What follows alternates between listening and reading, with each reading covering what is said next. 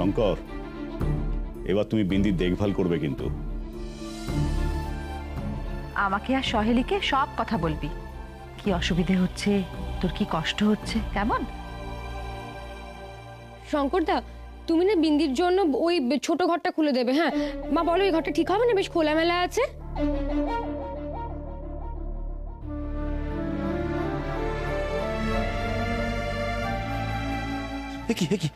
কি করছো?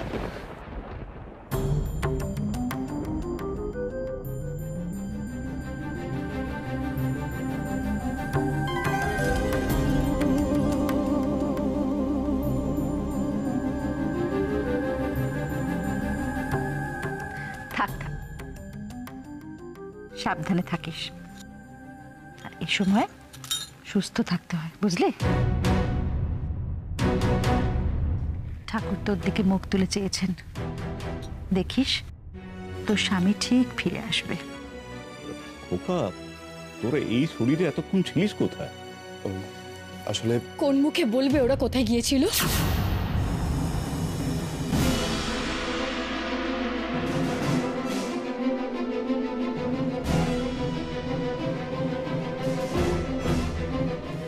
তোমরা জানো ওরা দুজনে কোথায় ছিল? চায়ের দোকানের পেছনে একটা ছোট্ট ঘরে। দুজনে সেখানে একসাথে ছিল।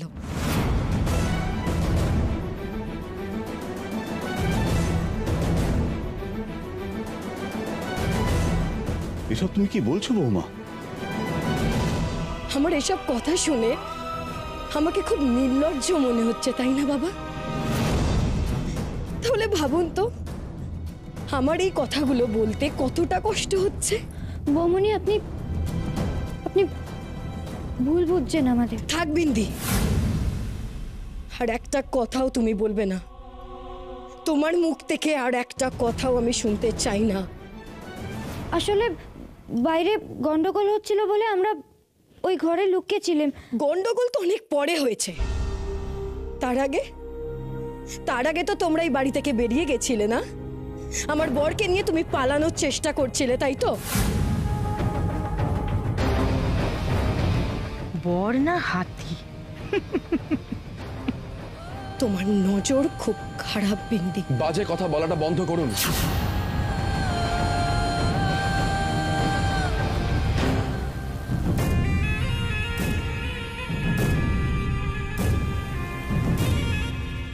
ও মা হতে চলেছে, ওকে এইভাবে আপনি যা তা বলতে পারেন না। আর আমাকে নিয়ে পালিয়ে যাবে মানে? আমি কি বাচ্চা ছেলে?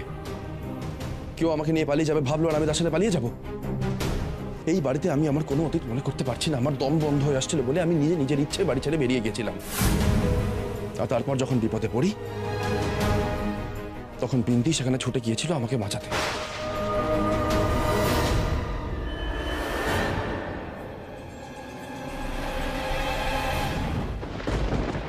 আর তারপর সেখানে দাদা, জল আছে? হ্যাঁ মা, দিচ্ছি।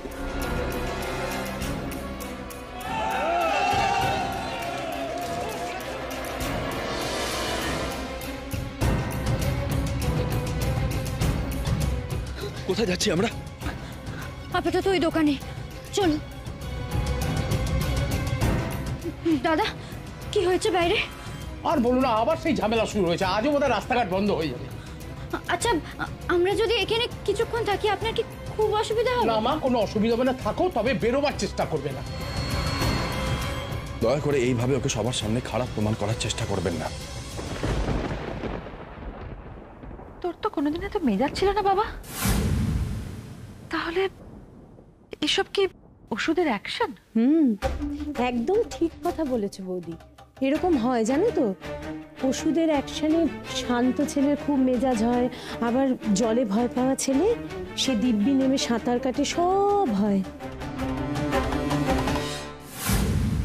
তাও তো গাড়ি চালানোর কথাটা জানে না, জানতে পারলে তুলকালাম করবে। কিন্তু এই ছেলেটা তো এখন পুরোপুরি বিন্দির হয়ে কথা বলছে। কিসের এত টান তোমার বিন্দির ওপর?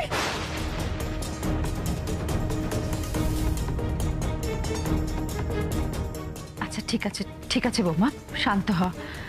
আজকে গুরুদেবের আশ্রমে গিয়ে তোরা পুজো দিয়ে আয়। আমি আমি গুরুদেবের সঙ্গে কথা বলে নিচ্ছি, কেমন?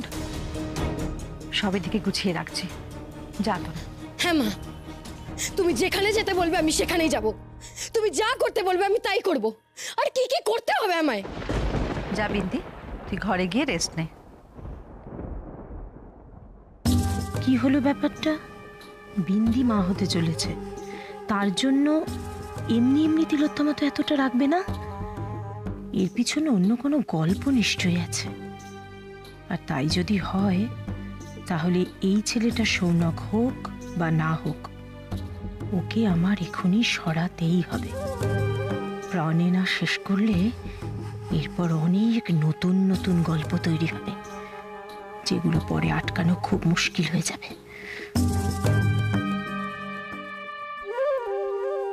আমাকেও কথা বলতে হবে আলাদা করে। বিন্দির ব্যাপারখানা কি? চল বিন্দি, আমার সঙ্গে চল।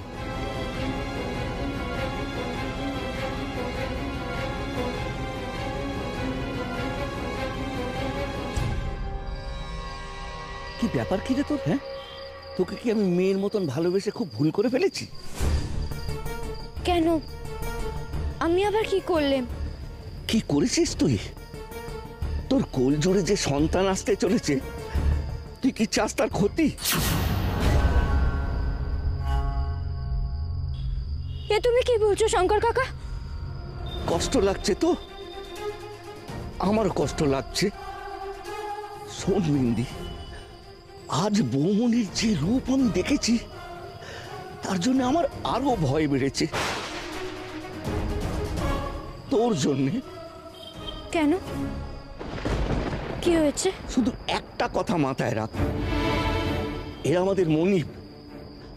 আমরা চাকর বাকর মানুষ, অনেক কিছু দেখেও আমাদের না দেখার ভান করে থাকতে হয়। বিন্দি, তুই আমার মেয়ের মতন, তারপরে মা হতে চলেছিস। বৌমনির এই রূপ তোর বাচ্চার যেন কোনো ক্ষতি না করে, এই ভয়ে আমি কাঁটা হয়ে আছি রে।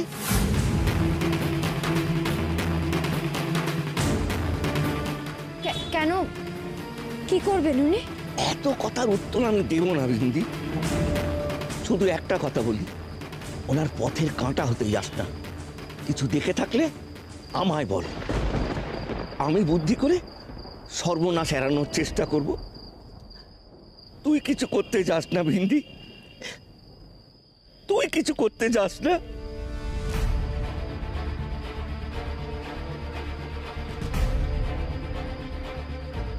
আমি কি করে তোমায় বোঝাই শঙ্কর কাকা? আমি যে অনেক বড় সর্বনাশ আটকাতেই এখানে এসেছি। একদিকে আমার স্বামী, আমার সন্তান, আর অন্যদিকে ওই তিলোত্তমা। ওর বিষ থেকে আমায় দুজনকেই বাঁচাতে হবে।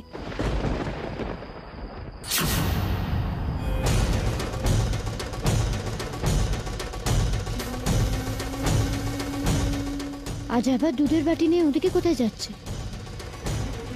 কার জন্য এত টানো? রুদ্র শোন। কি হলো? আরে কি হয়েছে, এটা কি বলবে তো? শুনবি তো চুপ করে। এরকম টানা হেঁচা করছো কেন? কি হয়েছে? বলছি কি, হ্যাঁ, আমাদের বাড়িতে বুঝেছিস একটা বিরাট বড় বিপদ ঘনাতে চলেছে। বিপদ। মা প্লিজ, সব সময় খালি বিপদ বিপদ বিপদ। আরে রাখো তো তোমার এই বিপদের কথা। আরে তুই কি মনে করিস নিজেকে? কথা শোনার ধৈর্য নেই না তোর? একে তো মাথায় বুদ্ধি নেই। আমি কি বলছি সেটা তো আগে শুনবি। আচ্ছা ঠিক আছে ঠিক আছে ঠিক আছে, বলো বলো বলো, কি হয়েছে বলো। একটু আগে বলছি, একটু আগে আমি যা দেখে এলাম তুই ভাবতেও পারবি না। কি দেখে এলে? আরে বিন্দি বলে মেয়েটা বুঝেছিস, ওর কোন জুড়ে সন্তান আসছে বলে। ও তাই নাকি? আরে বাবা হ্যাঁ, মেয়েটার বাচ্চা হবে। সেটা শুনে আমাদের তিলোত্তমা এমন চিৎকার চেঁচামেচি জুড়ে দিল না, তাতে আমার কিরকম মনে হচ্ছে যে তাতে তাতে কি মনে হচ্ছে? কি কি বলো? আরে বাবা কি মনে হবে আবার? মনে হচ্ছে ও নিশ্চিত অন্য কিছু ভাবছে। অন্য কিছু? অন্য কিছু বলতে? এত কথা যে বোঝানো দেয়, মা হয়ে কি করে সব বলি তোকে? সহ্য। কি হলো কি মা? কি চুপ করে আছো কেন? বলো অন্য কিছু, মানে কি বলতে চাইছো বলো। বলছি ওই সৌনক, সৌনককে ইদানিং খেয়াল করেছিস যে ও খুব বেশি বেশি করে আমাদের ওই বিন্দির দিকে ঢলছে? হ্যাঁ, এই বিষয়টা যে আমার নজর এড়িয়ে গেছে তা নয় মা, তবে এর সঙ্গে ওর কি সম্পর্ক? বাপরে বাপ, এই ছেলেটা এত বোকা যে কি করে হলো না, সবটাই এবার ওকে খুলে বলতে হবে, এছাড়া কোনো উপায় নেই। বলছি যে ওই মেয়েটা মানে বিন্দি কম দিন তো হলো না এই বাড়িতে রয়েছে। তো তাতে বলছি মানে ওর যে পেটে বাচ্চাটা এসেছে সেটা যদি আমাদের সৌনকেরই হয়ে থাকে তাহলে কি?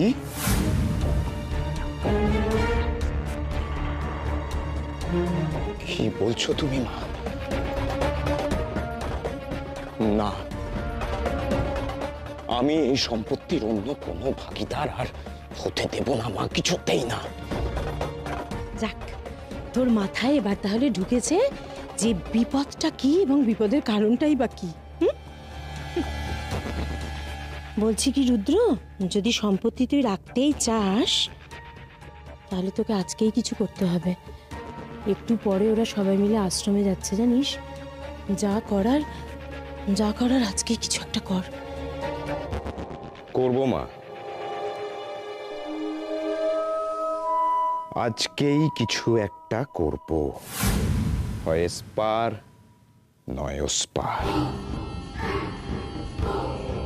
কি করবি?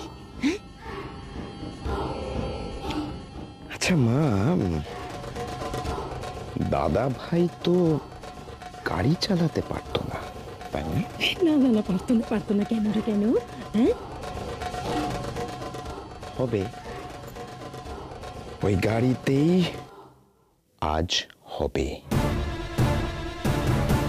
কেল্লা ফতে।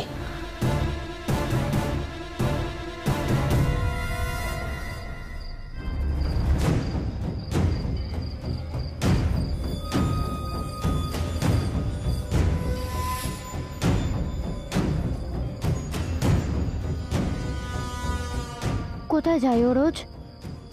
জানতেই হবে আমায়। এর থেকে কি শহরের বাবুর কোনো বিপদ হতে পারে?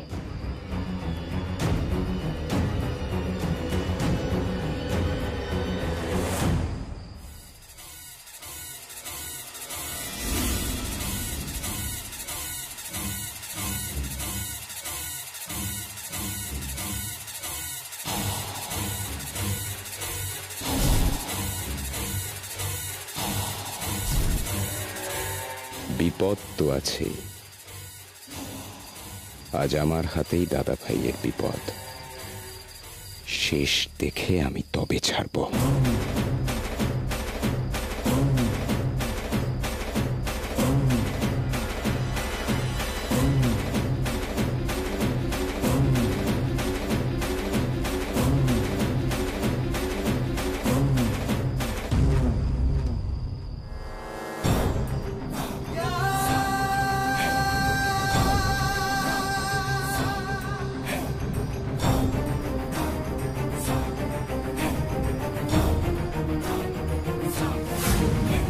কিসের চাপি ওগুলো?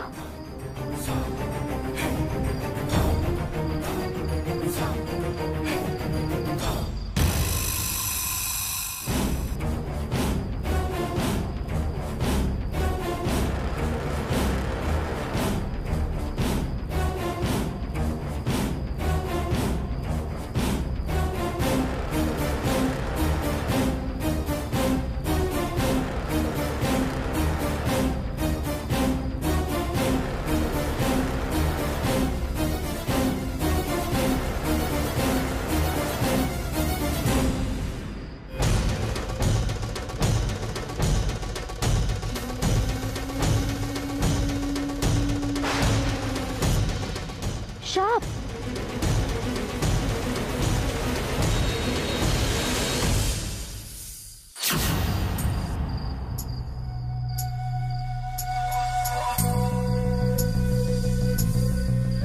তোরা তো সব জানিস, তোরাই তো আমার অস্ত্র।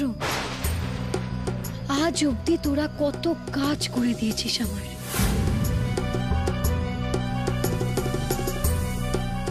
আজ আমার খাওয়াতে আসতে দেরি হলো বলে রাগ করলি বুঝি?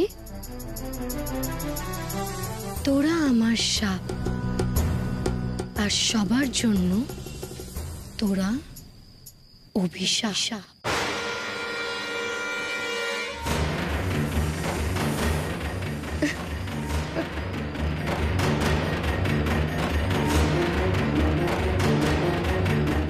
ওরা আবার কি কাজ করে দিচ্ছে? নে, তাড়াতাড়ি নে, সামনে কত কাজ তোদের।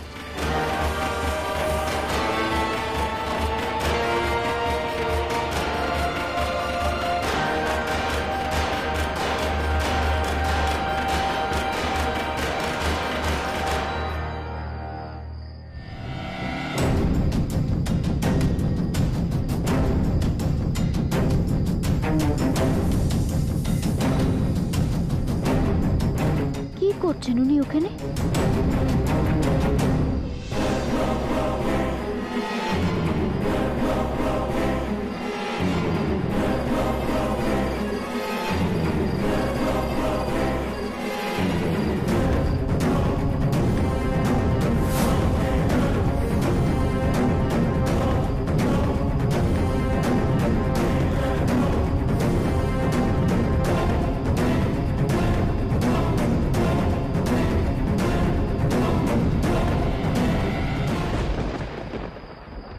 ব্যাস,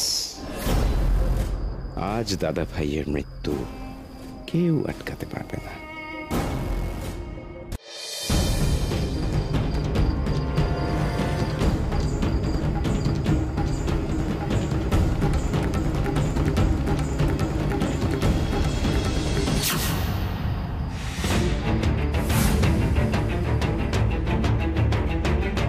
কি ব্যাপার, তুমি এখানে কি করছো?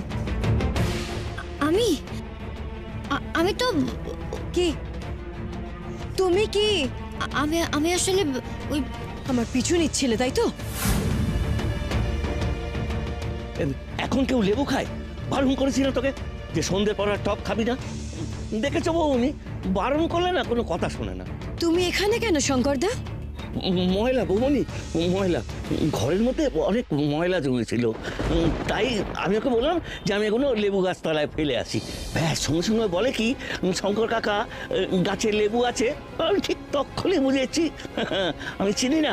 এই তুই এখানে দাঁড়িয়ে আছিস কেন? হ্যাঁ, বৌমনিরা পুজো দিতে যাবে না তো? কথা মা তোকে ডাকছেন, পুজোর থালা সাজাতে হবে। চ এখানে দাঁড়িয়ে আছিস, চ চ চ চ চ।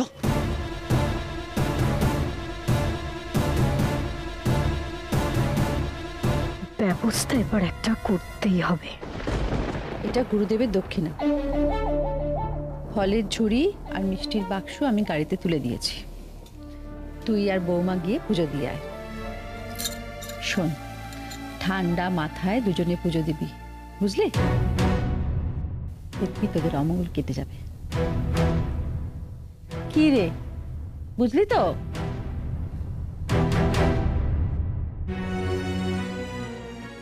বিন্দির তো শরীর ভালো না, ওর নামেও একটা পুজো দেব, কিন্তু আমার কাছে তো টাকা নেই। এনার কাছে চাইবো? বলছিলাম যে মা,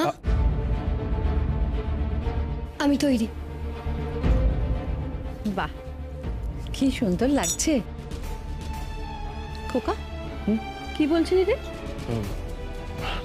কিছু না।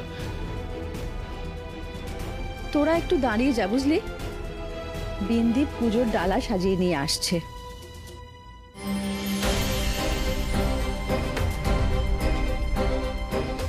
ঠাকুর, শহরের বাবুর ভালো হোক। আমি ওনার নামের পুজোটা ওনার হাতেই তোমার কাছে পাঠালাম।